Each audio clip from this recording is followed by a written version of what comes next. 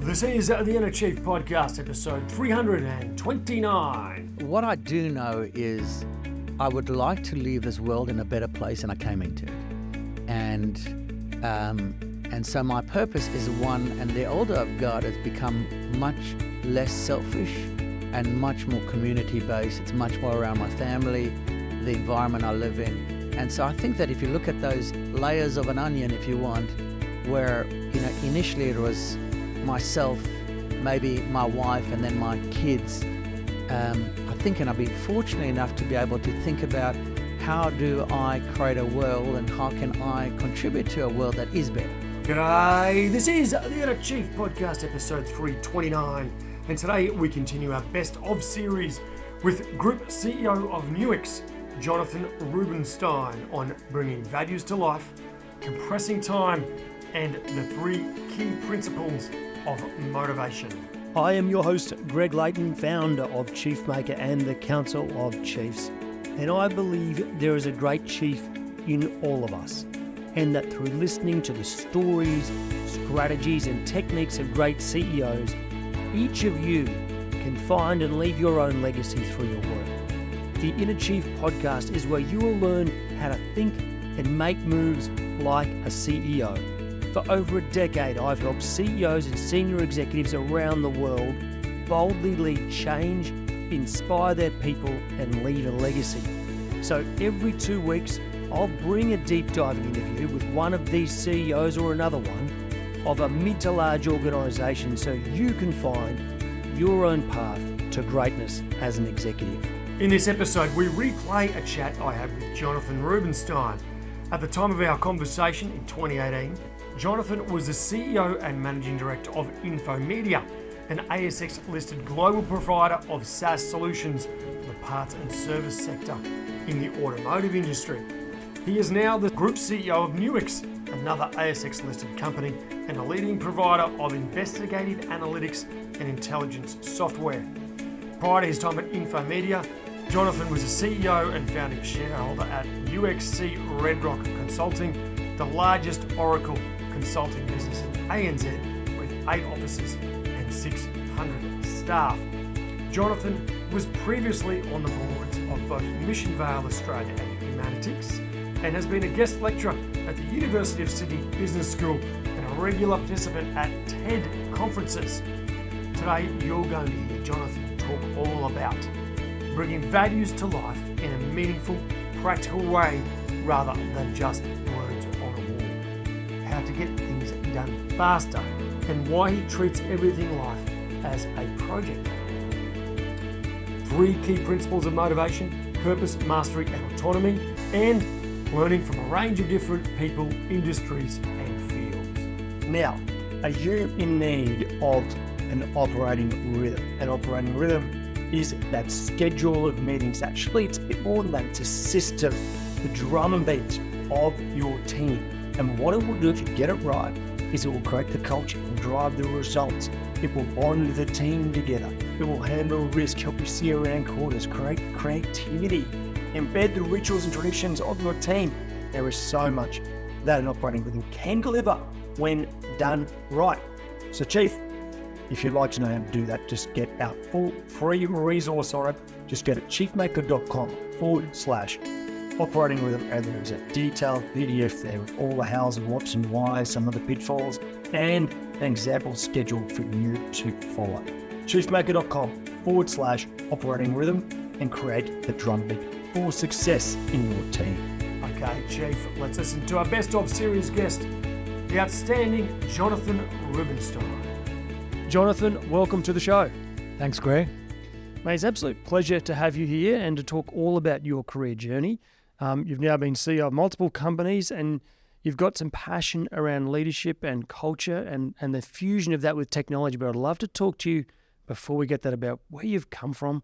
You've come from South Africa. Tell us a story about your childhood, or something that sums up your childhood.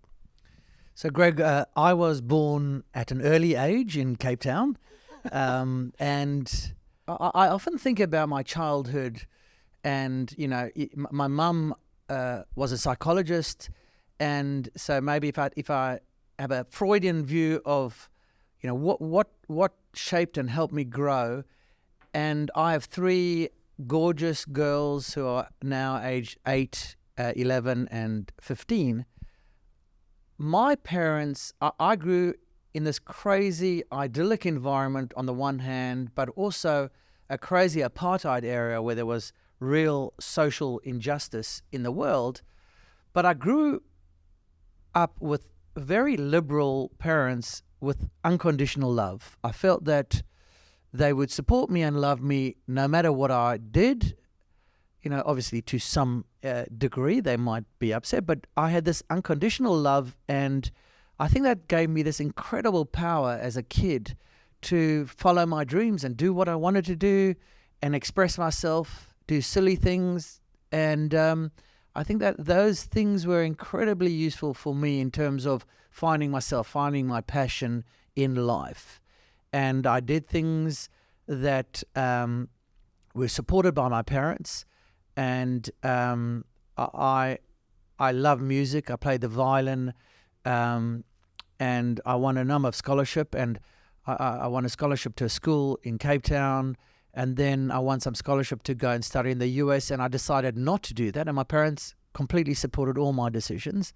And so, I had this crazy upbringing in a world that was changing so quickly, in a world of pain and happiness. And I think some of those things shaped me a lot. Were there any events in your childhood that really demonstrate the challenge of what you had there? With the social injustice, how that might have shaped you at all? I remember a story, and this is probably the first time I've told the story, but I will tell the story. My father had a textile factory, and my father actually never cared about making money. The only thing he cared about, he had 7 degrees, and he was a philosopher. And I remember looking in the textile factory. I came to Morocco carpets in retreat, and there were 60 people in the corner of the factory, and they looked very different to the other people in the factory. And my dad and my uncle ran the factory. And I asked my dad who the people were, and he just said, they were just people. But I remember asking someone else, one of the managers, Marcus. And I said to Marcus, who are those people? And I was young. And Marcus said, do you not know what your dad is doing? And I said, I had no idea. And he said, your father took 60 people out of a reformatory, and he trained them, and that was what he gave back to society.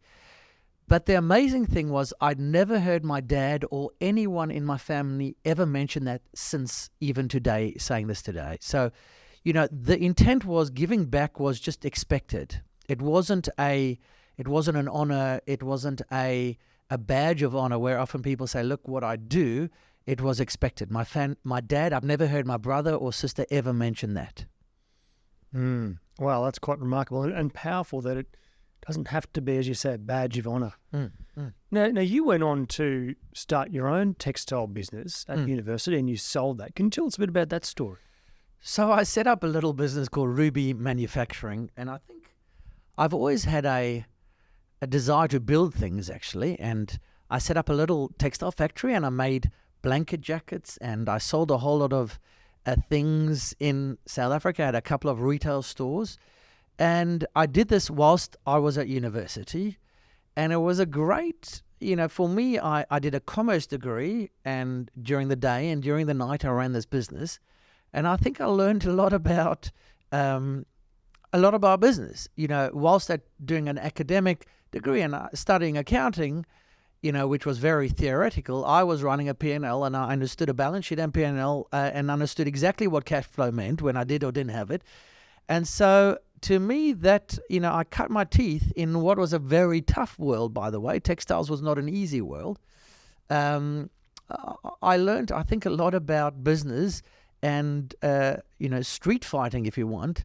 I was street fighting as a kid. Cash was king, and I think cash still is king in this world. So that was... What do you mean by street fighting? Well, I think that, the street fighting, understanding the reality to me of business was around cash. It was, and to me, it wasn't, in the big corporate world, one can almost alienate yourself from the reality of business. And I think I got very close to understanding how the money was made and the reality of fighting for, there was a lot of unethical behavior. I was a young kid and people were stealing from me and there was a crazy world, and I realized how to stand up for myself and how to manage people in that type of environment. Well, that's quite remarkable. Now, listen, there's a question I ask all chiefs, which is, in your early days, maybe still at university, what was the first ever car you ever got around in?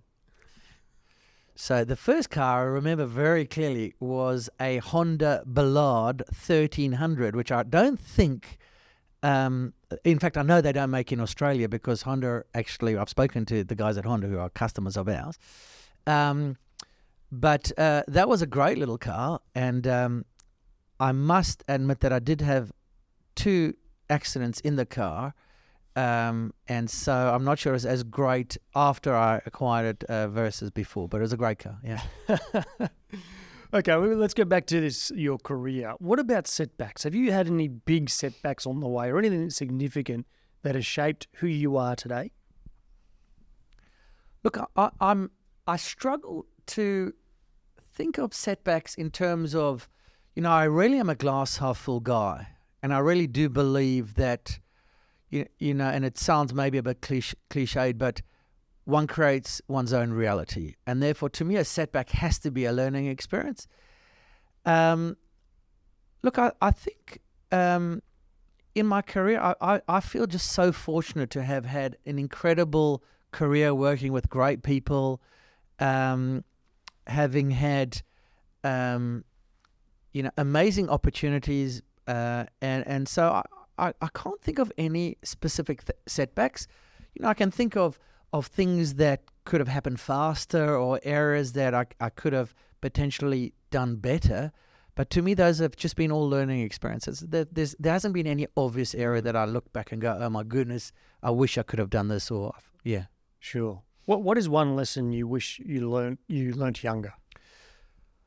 Look, I think, I'm not sure I could have learned it younger, but I think I came from a very interesting social dynamic in South Africa, and I came out as a energetic, ambitious, arrogant young punk. And I think I've learned to understand myself, and I'm trying to get a better perspective on looking at myself, the reflection on myself, and understanding how that impacts other people. I think one of my strengths is that I'm very upfront. There is no bullshit. What you see is what you get. However, I think that the context of that is important, that some people don't get that as easily. And I think that being able to be aware of that behavior and therefore modify that appropriately such that you can get other people's involvement and understanding, I think is important for me. I think I've learned that and how to look at myself and understand the good and the bad and the improvement areas and how I impact other people. That has been a great learning for me more recently, actually. Yeah, wow. What about your superpowers? I mean, you've had this fantastic career where you've been a founder and then you've joined businesses and now you're the CEO of a listed company. What do you think is your superpower, so to speak, or your secret sauce? So similar to the last point, I'm not sure my superpowers aren't also my super weaknesses if I don't. Your kryptonite. They're not my kryptonite. So I think my honesty, my transparency, my straightforwardness, I always try and work out, my common view is, how do I compress time? How do I speed up the journey? And so to me, compressing time to make decisions, compressing time to get outcomes. So I'm a very outcome-focused person. Can I ask a question around how you say compressed time? Because that's an interesting term I've not really heard people use much.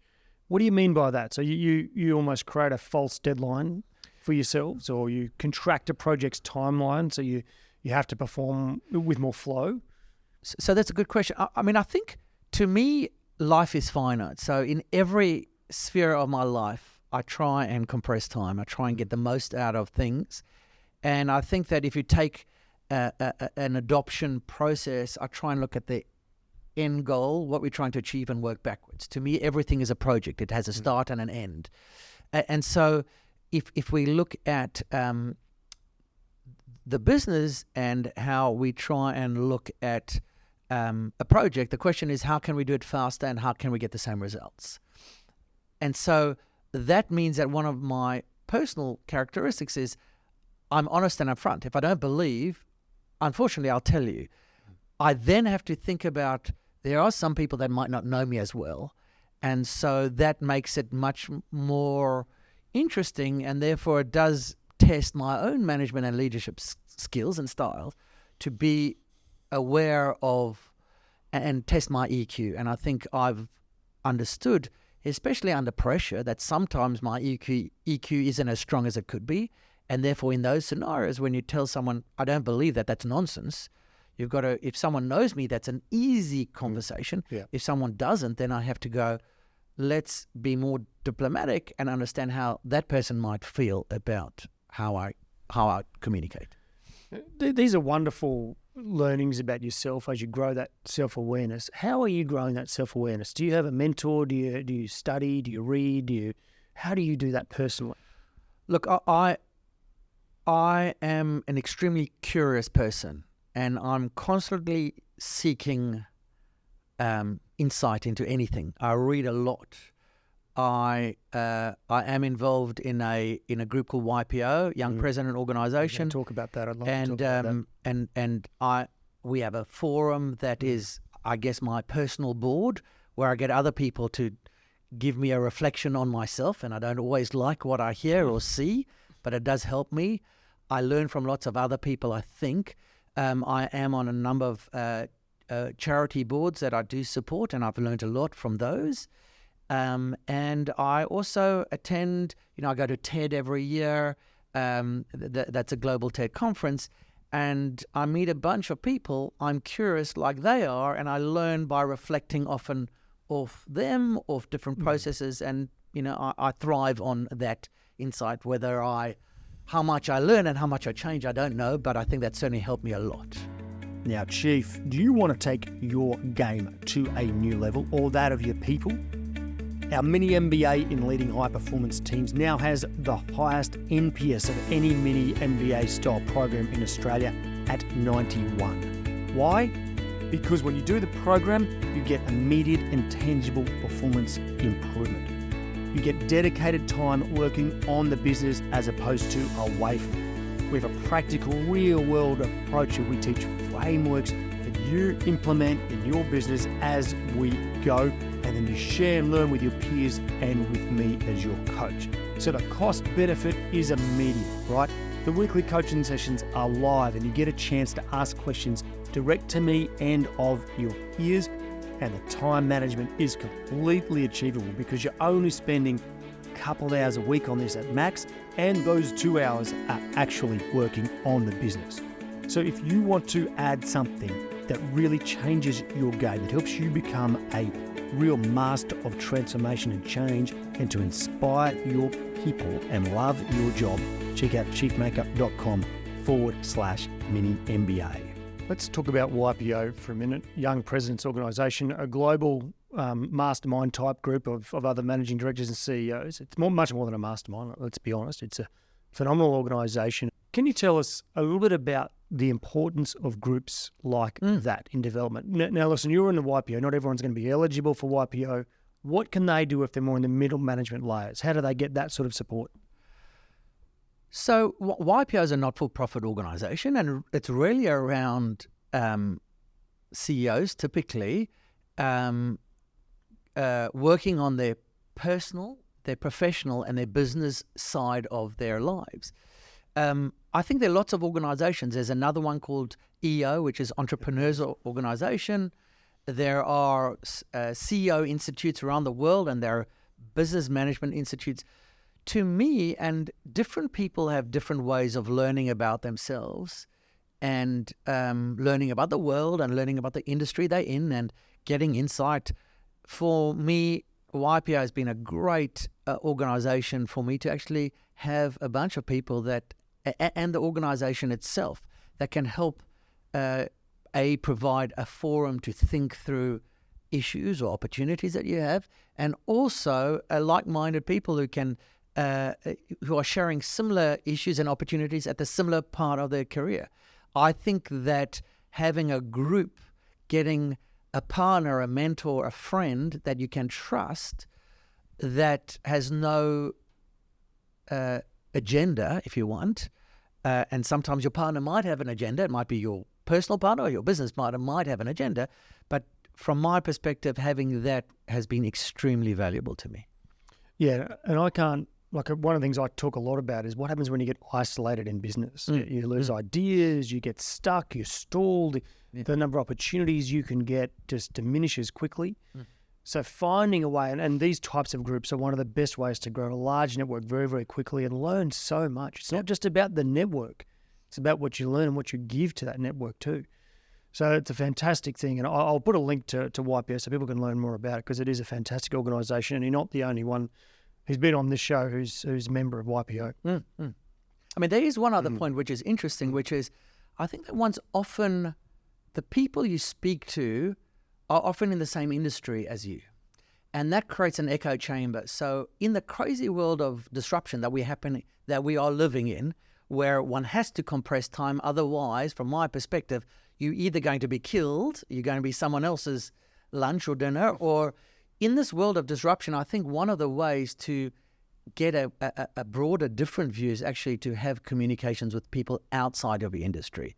If you're thinking about what a bank looks like in the next 10 years, my view is you don't ask a banker, you ask someone in technology. And therefore, to get that reflection on different industries, and you might ask someone in retail.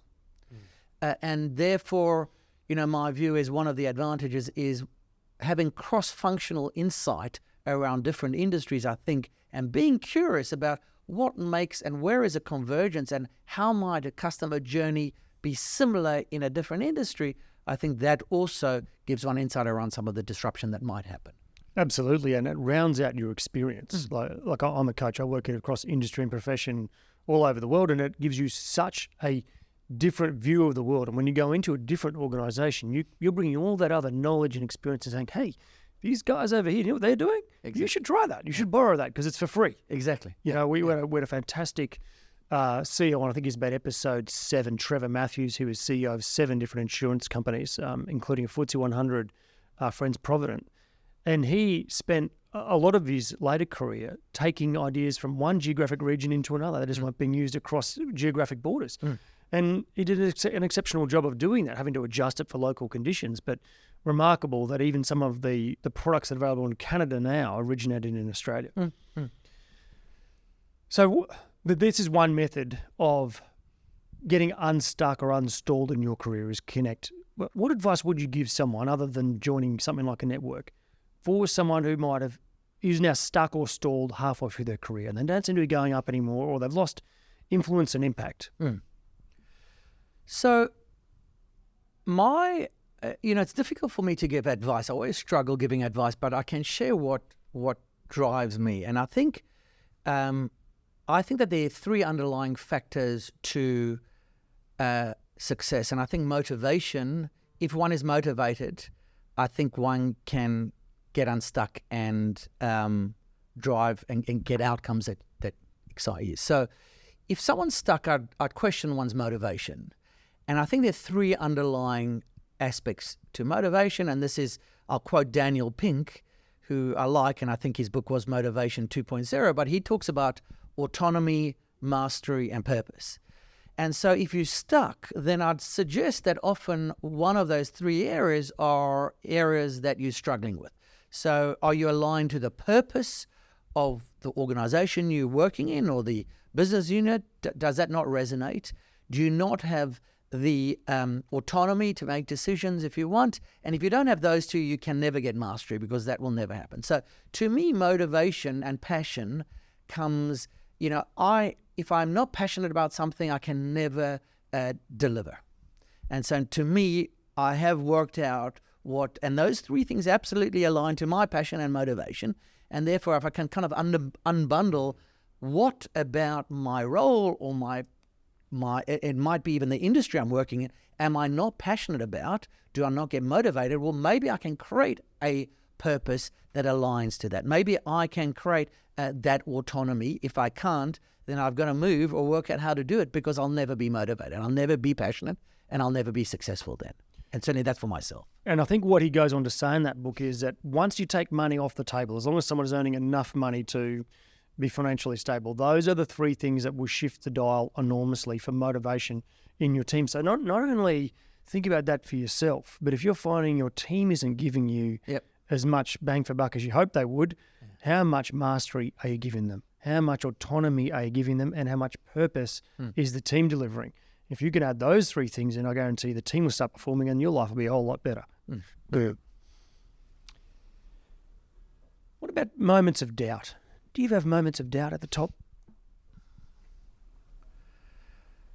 I think I doubt, at the moment, the areas of doubt would be less about, and this is getting philosophical, but I have doubt around the world we're living in, around the political system, the political authenticity of some of our leaders, whether the democratic system is working.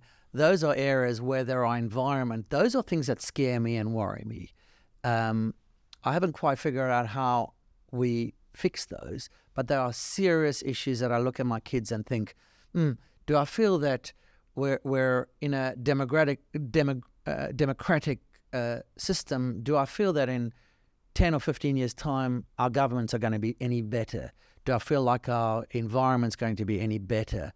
Do I feel like the Gini coefficient or the income distribution in Africa has got worse over the last 25 years? What the hell can we do to improve those things? In terms of do I have doubts, I think I've been fortunate enough to have enough control or enough support to change those areas.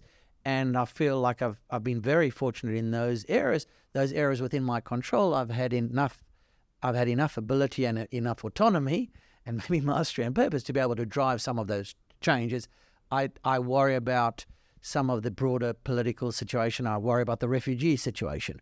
We're living in a world where my father was a refugee out of the Second World War. He left Poland, went to Belgium, then Belgian Congo. And I think about, are we treating the refugees in a way that I'm proud of? Absolutely not. Gee, he must have had some story to go through that whole journey and then down into textile factory in South Africa. Well, that's a story we need to hear one day too. Now, one more question about your own motivation. You've spoken about how you're motivated.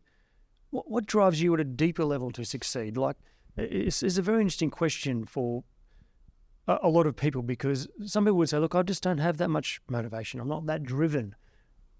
Sometimes I wonder if they're not connected to something deep within them that moves them. What is it for you, do you think? It's a difficult question to answer. What I do know is I would like to leave this world in a better place than I came into it.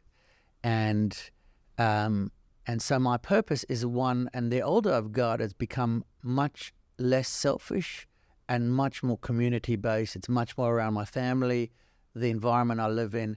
And so I think that if you look at those layers of an onion, if you want, where, initially it was myself, maybe my wife, and then my kids, I think, and I've been fortunate enough to be able to think about how do I create a world and how can I contribute to a world that is better. And that means that people that work at Infomedia, the charities that I'm involved in, that as an organization, people wake up every day and feel like they have the ability, they have a purpose around building a great Australian technology company, that their families are fed, that we have a great world that we can live in. And if you want, pay it forward. I really feel like I've been extremely fortunate.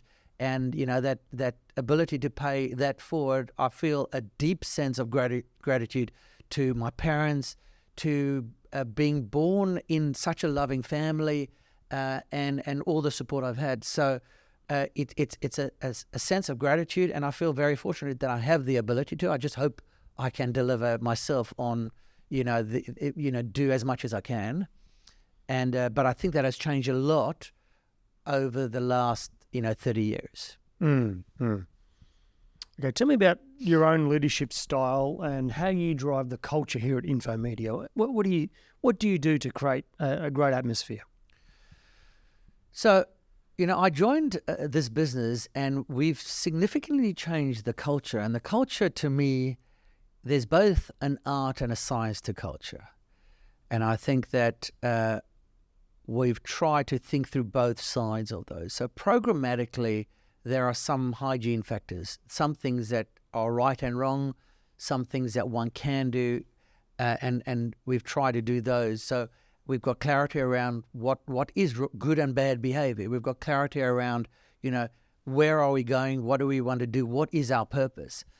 Those things are easy to do, but not necessarily easy to embed. So I think they're easy to define and say, well, here are our core values.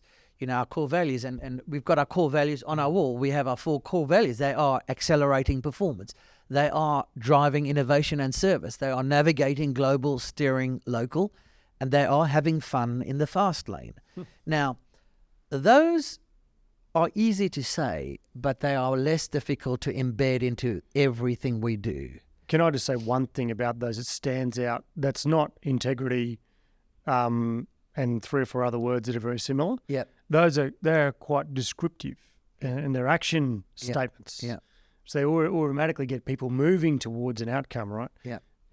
And look, and so those these are my 4 core values. These were what we did was we came in and said, if we're going to be a great global leader in the automotive parts and service company, what core values do we need? How do we need to act? Integrity is not optional. To me, that's not a core value. If you don't act with integrity, you cannot work in the organization. So why would that be a core value? That is just not optional. Whilst these are things that we will define our behavior by. So, if you say honesty is a core value, go, are you kidding me? Do you want people working in your organization that are dishonest? That doesn't make sense. However, when we talk about what does it mean to accelerate performance? That is, how do I speed up? How do I get an outcome faster? What does a meritocratic organization mean? And how do we embed that in every workflow, in our performance appraisals, in our conversations? How do we reward those? What does innovation look like? We have a chief innovation officer. Nick Fogg has come in and done some amazing stuff in our organization. And to me, that is recognized, and it is clear that we have built some product faster and I think better than our competitors, and therefore some of those innovations are reflected in, again, how we promote ourselves to our customers, but they're also reflected in our core values and in our culture. And I think the having the core values is a scientific bit, but embedding it in everything you do, living those core values, that's an art. Well, one thing that was said to me once is that core values are aspirational, that are you what you want to be. There's a great story about the West Coast Eagles, which is an Aussie rules football team. After they had a series of issues back in about 2005 and 6 where they had 2 or 3 guys go to jail for drug charges, one of their values the next year was obey the law. Yeah. It's a core value if you need it. Yeah. Well, I mean, I think when you've got to have that core value, you're in trouble. Yeah. That's You're coming from a dark place. Yeah. Okay, so listen, you're a very busy man, and you've got a wonderful family. You've got 3 growing children. How do you manage that lifestyle? Look, I'm not sure I'm good at managing that lifestyle, but one thing I spend a lot of time doing is priority and focus, understanding what's important to me, and then focusing on those things. And I love the business that I'm in, and I've always loved the business. I'm passionate about this business. If you speak to me, I can, I think the passion from myself and the leadership team and our staff is clear and is tangible. But I love my family. I love, and therefore I spend a lot of time working on how to make sure that I get quality time with my family, how to outsource those things that are not important to me, and how I make sure that those things that are important to me, I spend that quality time. So holidays with me and my family are critical. I see my kids growing up. I get incredibly, I get so passionate about spending those times with my kids. But obviously, I make sure that we get that time and we spend that time, and it is, to me, that is not optional. But similarly, I work hard and I work, appropriately hard during the week, and if I need to, during the weekend. And that is just part of the balance that I get and the flexibility that I get. But I think, one of the books I read, which many people have read, which was a Stephen Covey 7 Habits, to me, being able to understand what those big rocks are and making sure you focus on those really does resonate with me. And to me, that's, and I can tell you what those big rocks, they are family, that is business, they are friends, and friends, family, and business, and spending quality time with those people are important to me. I was going to ask you, is there a particular system you use? And you've just revealed it to me with Stephen Covey and his 7 Habits, which remains one of the best personal excellence books of all time, doesn't it? Yeah, it's just timeless. Yeah, and if people aren't across Covey's 7 Habits and things like focusing on the wildly important and the mix of importance and urgency, then you're not living, right? Absolutely. Your life will be so much more difficult or much easier once you've embedded that within your own personal systems. Yeah. Okay, so what do you think is the most important part of your routine? So I'll just give you a bit of an example here. I know a lot of very successful people have something like a morning focus session or a meditation or a gym session or something that is how they recenter. Do you have something like that? So I actually do meditate, although my wife laughs, but I do meditate. And I definitely get time to myself to clear out the noise. And I do that in lots of strange places. I do it on an aeroplane often. I typically either read or I try and, sleep actually on an aeroplane. I do catch up.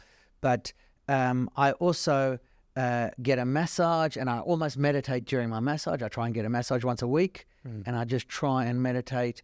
And getting that time to be able to zoom up above the day-to-day grind gives me, I think, a perspective that if I find I'm in meetings from 7 till 7, I literally have no ability to think about what is important, to prioritize those things. So I need space. I need the ability to zoom up, speak to people, get insight. And I try and get a bit of flex time. It's difficult often, but I find that being able to walk around and just speak to people, I get the best ideas and I get the best insight around what is actually working, and reflecting on, how did things go, and just listening and not thinking and making decisions. So getting that time to actually be a bit passive, if you want, and let your kind of creative right brain juices flow versus just constantly making a consistent, very if then else type decision process. I think that I need space to be creative and to actually get perspective. Yeah, you're unlocking that different part of your brain and giving it some airtime, so to speak. Yeah. And to me, often we're so busy doing that you don't have the time to zoom up and go, actually, what I'm doing doesn't make sense. Or actually, there's a faster, better way of doing what I'm doing because you're doing. That's right. So, and if you don't stop and disconnect and recover and review, so to speak, you'll never get there. So I try and get that time, and I try and get it, often, and it's more difficult, but I do try and block a couple of hours out in the start and the end of the week to do those type of things. Yeah. Okay, what about mentors? Have you had any mentors throughout your career that really helped you grow and learn? So I've definitely had people that have fulfilled, if you want, a mentor type role. They've often been friends where I could sit down and say, this is a situation, I've trusted them, they've got a lot more experience in different areas, and I've been able to sit down and discuss, situations and get a perspective that I value, and I've often used them consistently. So you might call that a mentor. I haven't paid them, and they mentors aren't paid, right? Yeah. And often they do similar things. So there'd be some type of reciprocal process, but they've been friends. And that friendship has, again, enabled maybe a trusted situation where I haven't felt like there was any expectation for something, but just completely objective advice. And, I still think that I have definitely had those relationships. I've been very fortunate to have those relationships. Yeah, I think someone once said to me that a mentor has been there and done that before, but just has an inherent interest in you as an individual. Yeah. There's no gain for them working with you other than you, right? You being the very, very best version of yourself. Yeah. And having some people around you like that is just vital, I think, throughout your life. And if you don't have one, then go out and try and find one. And I do agree. I mean, I think, having someone that is honest. And by the way, my wife would be one of the closest mentors I've got. She's the one that's the most honest with me, that says, do you really think you should be doing that? Is that really the way? Or those questions, and having someone that I do trust that. I think those mentors, if you want, they everywhere. Your parents, your wife, your friends, they needn't only be a business mentor, if you want. That's true. Yeah. And often one of the other areas that I've realized is the area that one often needs the most advice are in the emotional areas, not necessarily the technical areas. So the technical areas, it's very easy to get advice. What is the best tax law? What is the best way to structure an X? Some of the other areas that is much more difficult, which is, am I behaving appropriately? Is the way I'm perceived the right, what I hope people perceive me? I'm speaking this way, but are people reading it the same way as I'm speaking? And those are difficult to get with, necessarily with technical mentors. They are. Have you ever used anything like, recording, as far as filming your own meetings or your own performance or anything like that? Not really. No, I haven't. And I mean, it would be useful. I'd be interested to see. It's just something I've seen used a little bit, and I've used myself. It's very powerful because that feedback on your own performance and how you're being perceived. I get it from elite sport. I'm a mad rugby man, and I've worked as a high performance coach. And one of the first things you do for a player is you take them in and you show them the game. And if you've never done that to yourself, it's tough to watch. Really hard to watch yourself in a meeting, but I recommend it. I always wonder if there is a Heisenberg principle by recording yourself in that process, you actually change your behavior. But and I think you probably do. But I think probably. I definitely think having that insight and having one of the things that I do encourage and our leadership team and a lot of the staff is we will often have completely open conversations, which is, you were pretty upfront there. Did you really want to be that upfront? And maybe you want to consider how, and we'll have those conversations fairly frequently. So I think having a team that's open enough to actually give you that honest feedback. And by the way, that's not from myself only to, some of the guys in the leadership team but vice versa, which is, Yeah, and you have to build trust over time to be able to have those kind of conversations. Yeah. I want to jump into some final questions shortly, but before we do that, I want to talk a bit more about how you run things here at Infomedia. And we spoke a bit about the values that are on the wall here in the office. I want to talk a bit about this other one, which is having fun in the fast lane. Can you explain what that means and how that works here? Sure. So, for me, as there's a blurring of work and non-work, and eventually, to me, one often is doing work at home, and at home one's, so to me, having fun and enjoying life is a key part of being motivated and passionate. And so, when one is at work and having fun, I think one's performance, efficiency, output increases dramatically. One's more motivated. And guess what? Your customers, your family, everyone feels it's tangible. So to me, having fun is not optional. To me, having fun in the workplace is important because it is a key. There'd be a direct correlation from my perspective around people that enjoy the work and their output. And therefore, somehow we need to work out how to have fun. And then obviously in the fast lane is an analogy to, if you want, the industry, which is we're in the automotive industry. But again, compressing time, having fun in the fun. So those are kind of all aligned. And so to me, I will often get an email saying, XYZ's happened. We've delivered the biggest project on time, on budget. And this was a recent event. We've delivered a huge project. We would like to celebrate. We want to have fun in the fast lane. We're going to take that team out. Great. We'd like to go out. And you just can't say no. It's like, absolutely, you need to do it. We've got to celebrate those wins. We've got to have and enjoy that journey. And I think that in reality, it is the journey of life. It is. And by the way, that's inextricably linked to the journey of work.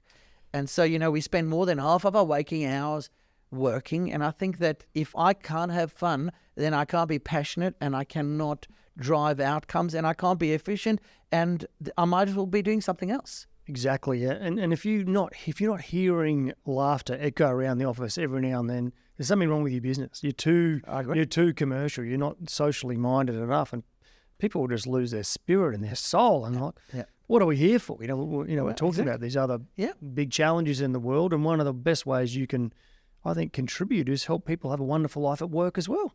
And how do we innovate? How do we change? How do we move faster than our competitors? If you're not having fun, I can tell you one thing. You in this world where someone else is having fun and earning and disrupting and changing, we need to be there. So to me, it is a core part of who I am and, what we stand for as an organization. Yeah. And I think it's a wonderful analogy to draw between high-performance sporting teams and business. And if you look for some of the similarities, a high-performance sporting team or whatever code you follow, there's a lot of fun going on. That fun, it's a bit like when doctors crack jokes in surgery. Yep. It releases the pressure valve and the intensity and the level of expertise and mastery and feedback that's coming that can be hard to take. If you've got humour, it's almost like the counterbalance on the seesaw. And without it, people can't take it. There's not enough emotional release. Yeah. You've got to have that. I agree completely. Chief, more from Jonathan in a minute. Now, recently I interviewed Joel Holland, CEO of Harvest Hosts. We spoke about why unhappiness is a requirement of entrepreneurialism, switching seats from CEO to chair, and buying versus building a business. Here's what Joel had to say about adding value to a product or service. My mantra now is first you build it, then you buy it. The first company, I think building from the ground up is a great way to learn a lot from A to Z. But one of the things you learn is where you add the most value to the process. Yeah. And I guarantee it's not everything, right? And so finding product market fit with a startup is by far the hardest thing in the world. So when you buy a company, you skip that. You're ideally buying one that has product market fit, and then you're applying your expertise. You can listen to that wonderful chat with Joel by going to chiefmaker.com/328. And while you're there, you can subscribe to the podcast and check out all the other great interviews with our chiefs and gurus. The full Inner Chief catalogue can be found at chiefmaker.com/listen now. Righto, Chief, let's get back to our best of series with Jonathan Rubinsztein. Okay, the final 10 questions, or not 10 anymore. Actually, we've cut a few down. We're down to about 6 questions I ask all chiefs to finish off their episode. Is there anything else you want to talk about with the values up there? What about navigating global and steering local? What does that mean? So we are truly a global business. We have 170,000 daily users of our software in 168 countries. We have 50% of our revenue is in Europe, 25% in Asia Pacific, and 25% in the Americas. And so our customers are the global manufacturers. And therefore, what we do is we have global relationships. However, typically, the implementation of those relationships are locally around the world.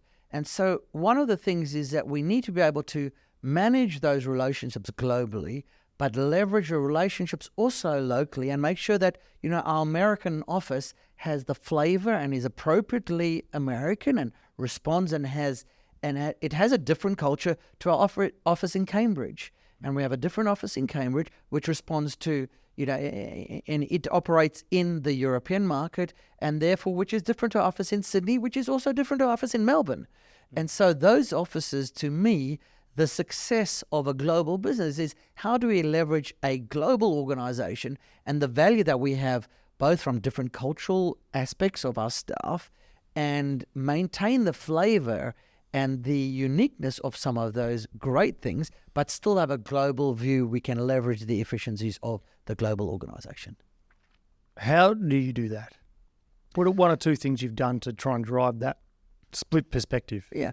I mean, I think, you know, what you find is that we have, there are lots of dotted lines. There's lots of autonomy.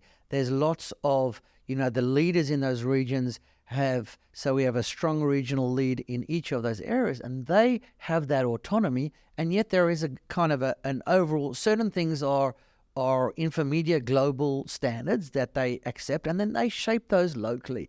So, and I think that's working pretty well. I think that if you speak to the leaders in the organization, they have the autonomy to build that culture, yet they're completely cognizant and have bought in to some of the core values. They were the guys and girls that helped create our core values, and therefore they have that buy-in and they're involved in the setting of some of the strategic directions, and therefore the implementation at a local level, whether it be a cultural implementation or execution of the strategy, they own those also. Okay, let's talk final 6 or 7 questions. What is the next thing in your life you're most excited about? I would say that my kids, I have 3 girls, and Zara, who is my eldest, is entering year 11 now, so she's going into the HSC process, and I'm really excited to see her go through this process. She's a beautiful, mature woman who I see the most amazing leadership skills and maturity, and so I'm looking forward to all my middle daughter Yasmin is, again, she's 11, playing water polo, beautiful woman who is gentle, fair, the most. She protects her friends ferociously. To be the, you know, to everything has to be right. And then Saskia, who's the youngest, she is this vibrant, energetic young girl. And just watching them grow up and go through these stages of lives, I get so much joy and energy, and I just love being a father and watching them grow out to be, you know, fantastic people. Good. One proud father to another right here. This is great. How can people connect with you? What's the best way? Is it through LinkedIn? Yep. I love learning and hearing from people. So yeah, my LinkedIn profile, you can definitely find me, and I respond to LinkedIn pretty well. So very happy to communicate, and you know, I'm happy to send my email addresses. Yeah, sure. Yeah. I'll put your LinkedIn profile online, and people will connect with you if they want to. What are you most grateful for in life? Without a doubt, I think I'm most grateful for being born into a loving family that supported me, but I'm also most grateful for finding a life partner early on. When I met Nicolette, we met at university. I was 19. We got married at 23, and I still love her, and hopefully she still loves me, and we have an amazing life. I learn from her every day. She still laughs at my jokes most of the time.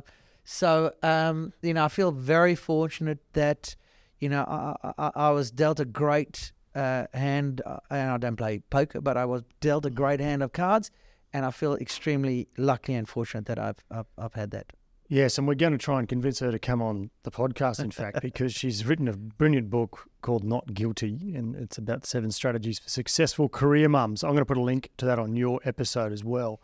But let's see if we can convince her to come on, because I think there would be a lot of career mums out there that would love to hear her strategies. I'm sure she'd be happy to. Now, outside of that, can you nominate another CEO that you hold with great respect you think should be on the podcast? Well, I'm actually going to nominate not someone who's now not a CEO, but I might nominate Bart Vogel, who's the chair of Infomedia. Bart Vogel was the CEO at A.T. Kearney when I worked at A.T. Kearney, and he's one of the reasons I'm here. He's got such great leadership skills. He's really, he ran Lucent for Asia Pacific, and really is someone that I respect a lot. And it's such a pleasure to have someone who is a chair of your board that you respect so much, and we work very closely together. So I'm happy to refer Bart, who's a chair of Infomedia, but also on a number of other boards. Yeah, great. Okay, well, we look forward to trying to connect with him. Jonathan, what about a book recommendation? One book you think all leaders should read? I'm probably going to give a slightly spurious one because it's not a leadership book, but it's a book that I think is one of the greatest books I've read ever. And it's written by a guy called Yuval Noah Harari, and it's Homo Deus. And Homo Deus, he wrote the first book, which was Sapiens, and the second book, which was Homo Deus. That's an incredibly insightful book, which is cross-functional. This guy has the most incredible broad insight around human behavior, around anthropology, around psychological impacts and technology.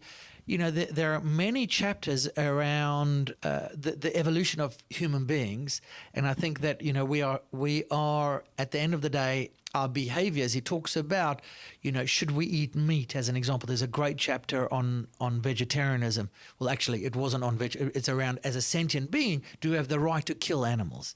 And I have my wife and kids are all vegetarian. They've never eaten meat or fish in their entire life. And this was the best articulated chapter that I've read on why one should or shouldn't kill animals. But the whole book to me is an incredible journey on mankind and where it could be going. And the insight around that and leadership, I think there's a close correlation between how one think about how one acts as a human being in the society and the world we live in, but also where we might be going and some of the impacts that technology might have on us as a society and as individuals. Yes, I've read his book Sapiens, and it was a remarkable book. I haven't read Homo Deus yet, but I'm looking forward to it. So I'll make sure I put that on the show notes, as well as the Stephen Pink book as well. Excellent, great. Now, if you could lead any company in the world, outside of this one, we know this is your favourite business right now, but if I could give you the keys to any business in the world, which would it be? So, quite seriously, this is the business I would choose, and it is the business simply because it's got so much opportunity to become a global Australian tech company. If I had the other business, which is, and I don't know if I would be a good leader at it, but something like the Bill and Melinda Gates Foundation, an organization that can change the world, that's trying to think through how does one impact change for the world, and thinking through the real underlying issues in the world, that would be a great organization to be involved in. How, you know, and you know, maybe one could solve some of those other areas that I spoke about, like climate change or political change. That would be another area I certainly would be passionate about. Yeah. Okay, final question here, and you can wax lyrical for as long as you like. What is a final message of wisdom and hope you think is vital for the next generation of executives?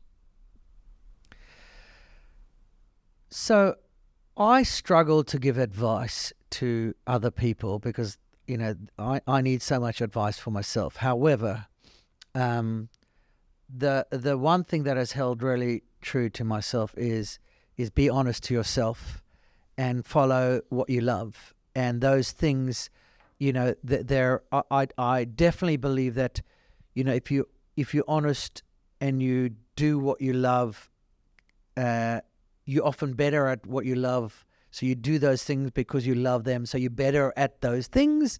And I think often finding out what you're good at and what you love is often the difficult thing. People are often told that, you know, you should be good at this, but figuring out, and to me, some of those things are solving problems, working with people, solving complex problems, getting a team to drive those outcomes. And then doing those in an authentic way, being agile, being empathetic, you know, that's a how, if you want. How do you drive your leadership skills? But the understanding what motivates you and what you love and being passionate about that, I think, drives a life where you do have fun, drives a scenario where you feel like you can do things that you're passionate about. And then, you know, there's kind of a virtuous circle in all of those things. Well, Jonathan Rubinsztein, thank you so much for coming on The Inner Chief. Thank you, Greg. I really appreciate that. Hey, I'm just going to add one question on the end about a book recommendation. I skipped it and now I realise every CEO says that. So I'm just going to ask you, Jonathan, what about a book recommendation? One book you think all leaders should read? I'm probably going to give a slightly spurious one because it's not a leadership book, but it's a book that I think is one of the greatest books I've read ever. And it's written by a guy called Yuval Noah Harari, and it's Homo Deus. And Homo Deus, he wrote the first book, which was Sapiens, and the second book, which was Homo Deus. And that's an incredibly insightful book, which is cross-functional. This guy has the most incredible broad insight around human behavior, around anthropology, around psychological impacts and technology. And, you know, there are many chapters around the evolution of human beings. And I think that, you know, we are at the end of the day, our behaviors, he talks about, you know, should we eat meat, as an example? There's a great chapter on vegetarianism. Well, actually, it wasn't on it's around, as a sentient being, do we have the right to kill animals? And I have my wife and kids are all vegetarian. They've never eaten meat or fish in their entire life. And this was the best articulated chapter that I've read on why one should or shouldn't kill animals. And but the whole book to me is an incredible journey on mankind and where it could be going. And the insight around that and leadership, I think there's a close correlation between how one think about how one acts as a human being in the society, in the world we live in, but also where we might be going and some of the impacts that technology might have on us as a society and as individuals. Yes, I've read his book Sapiens, and it was a remarkable book. I haven't read Homo Deus yet, but I'm looking forward to it. So I'll make sure I put that on the show notes, as well as the Stephen Pink book as well. Excellent, great. Chief, that sums it up for this week. All the links and resources for this episode can be found at chiefmaker.com/329. And if you'd like to stay in touch with Chiefmaker, just go to chiefmaker.com/subscribe. Hey, Chief, do you find the emails are pouring in and you just can't get in front of them? You've got all the social media things you've got to follow. You've got meeting after meeting and phone calls and text messages and probably WhatsApp, probably MS Teams as well. And Chief, there's just so many things to get done. Plus, there's all the challenges of being a family, most likely. You've got kids to run around. You've got probably trying to be more fit and healthy. And you just try to work out how do you make it all happen. Well, Chief, we've got a short and powerful course for you called 7 Ways to Save an Hour a Day. The whole purpose is to help you be more effective with your time, to beat that overwhelm and get back in flow a lot more often. These are practical skills for anyone in a senior role. So Chief, check out chiefmaker.com/save an hour. There's a short course, it's only $49 and it'll be well worth your time and effort. I absolutely guarantee it's stacked full of practical tips. All right, Chief, check it out, chiefmaker.com/save an hour.